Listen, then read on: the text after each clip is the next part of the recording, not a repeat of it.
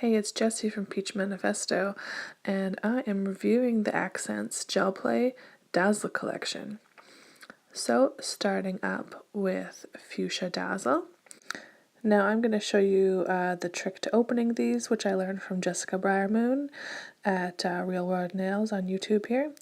You just kind of grab that little hook and you pull the whole thing off. Now this is a stunning purple hollow. There's kind of like a medium circle glitter, and there's also fine glitter, so there's just the two sizes.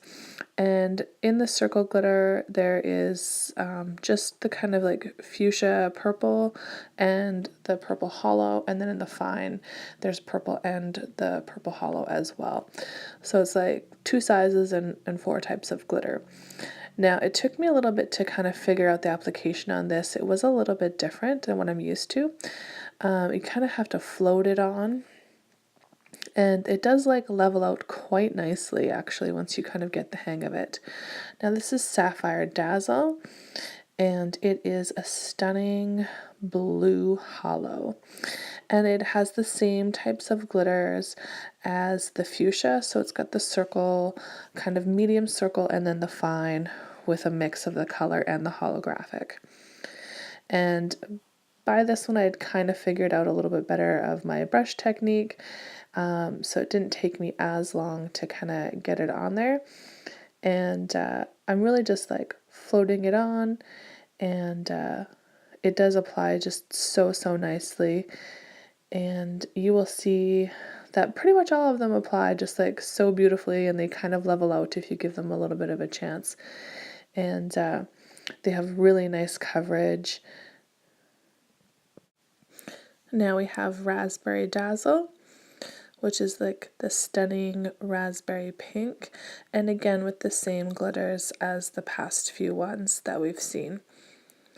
And like I said, they're all just kind of like float on, they level out nicely. You kind of basically keep your brush parallel to the nail, and it just goes on like a dream.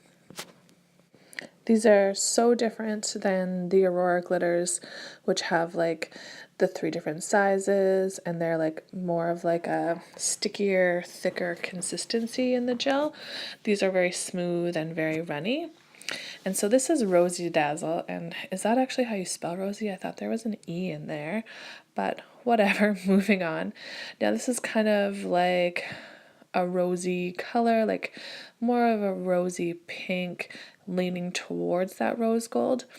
And in person, this one has a little less kind of that holographic flare than the other ones. I don't know if it's because the other ones are jewel toned, so it just kind of has more flash to it, where this one is kind of a little bit more of a subdued color. It's still very beautiful. I love it. Don't get me wrong. I just think the other ones have more hollow flash to them. And there it is up close. Now for Halo Dazzle. This one, when I first opened it up, I was like, oh my god, it's so pretty. And I don't know if you can tell how it's like all leaning up to the side there and it's not moving. The other ones are more fluid. This one is so thick and chunky and was super difficult to apply. Now there is so many different kinds of iridescent flecks in there. There's like yellow and blue, and you'll see when I put it on, I'm going to put it on a white and a black, and you can see the different iridescent flakes. I don't know what is going on with this one, but it was, you can see the glitter just like standing straight up. I wish that the formula on this one was different, like the other ones where it would just go on smoothly. But as you can see, I have just like chunks sticking straight up, and I really tried to play with it and smooth everything down. It just would not go. So I thought, well, maybe if I like kind of do a little bit of a drier application, maybe that's what it needs. So I tried that on the black, and it did go a little bit better, but it's still pretty chunky. So I don't know if like the glitter is a little too thick or the gel is just like a weird consistency or something. And I know a lot of these iridescent ones aren't like, they're not going to be full coverage. They're just, that's not how they are. But I went for a really, really dry application over top of this white. And this is like where you can really see the different kinds of glitter. It's so pretty, the glitter, but man, it's just like difficult to apply. Like, as you can see, I did it like super dry and there's still just a bunch just sticking up there. So I don't know if there's some kind of trick with this, or maybe I got like a weird formula or something, but it's just not like the other ones. I'm not a super fan. So this is Galaxy Dazzle. This one is a little different too. It actually has square chunky glitters and then the fine hollow as well. So there's like the two sizes, but instead of circle, it's square. This one goes on really nicely as well, very smooth, kind of levels out. You just kind of float it on. No problem with this one. So I'm really happy to report that the only one that I struggled with was the halo. And of course, it's your classic silver hollow. You get all that like rainbow flash to that hollow. It's super stunning and I love it. So these are all of them together in the pots and on the sticks.